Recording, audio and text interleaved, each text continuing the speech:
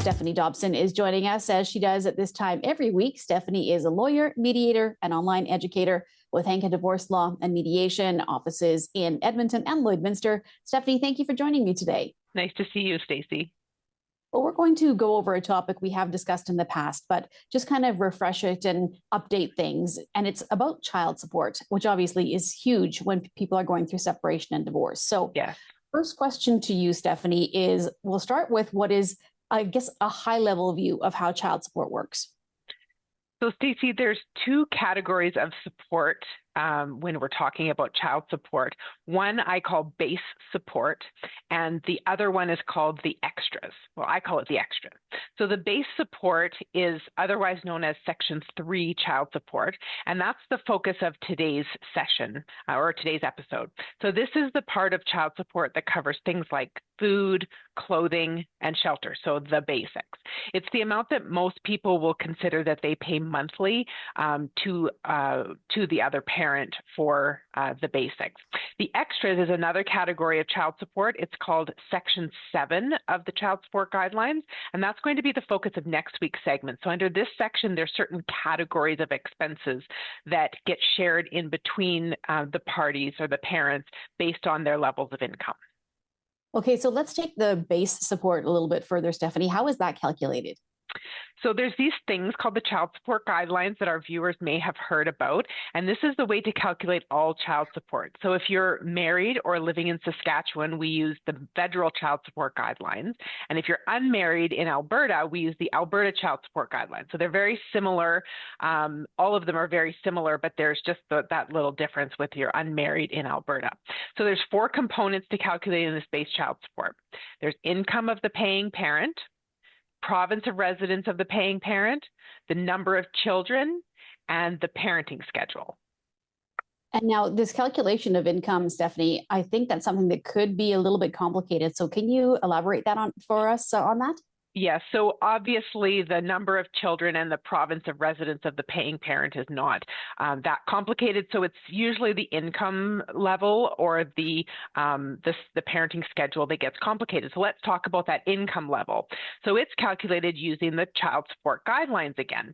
So it can get a little bit complicated.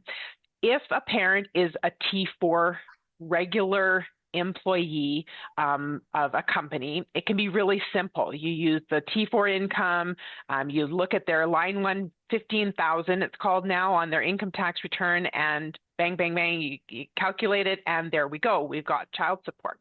Where it can get more complicated is when a paying parent earns income from other sources. For example, when they own their own business, they're a farmer, or if for some reason their income tax return, their personal income tax return doesn't show their full income earning potential. So in those cases, we need to look further than just the personal income tax return and to look at income from all sources. So it might be that we need to look at the corporate tax returns and other supporting documents to do the income calculations. There's loads of people who use online support calculators to calculate their child support obligation, and this is a really good way to calculate support. They're accurate. The child support guidelines are based on a formula, but of course it can be kind of ineffective where the calculation of income is that more complicated factor. You talked about a parenting schedule as a factor, Stephanie, that also affects income. So how does that work? Well, there's 3 different scheduling arrangements that can impact child support. So the first one is a really simple calculation. So this is a calculation where the children live with one parent primarily. Now, the word primarily means over 60% of the time with one parent.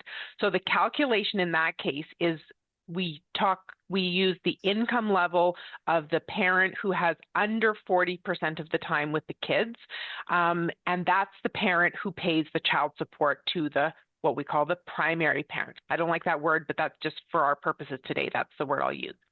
There's another calculation that happens when there's something called shared parenting. Now, shared parenting is where each parent has the children more than 40% of the time.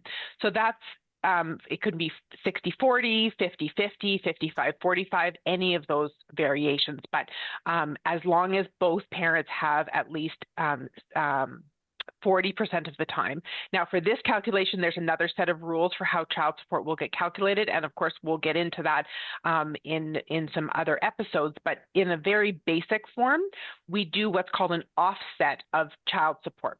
And that's one way to calculate child support when there's shared parenting.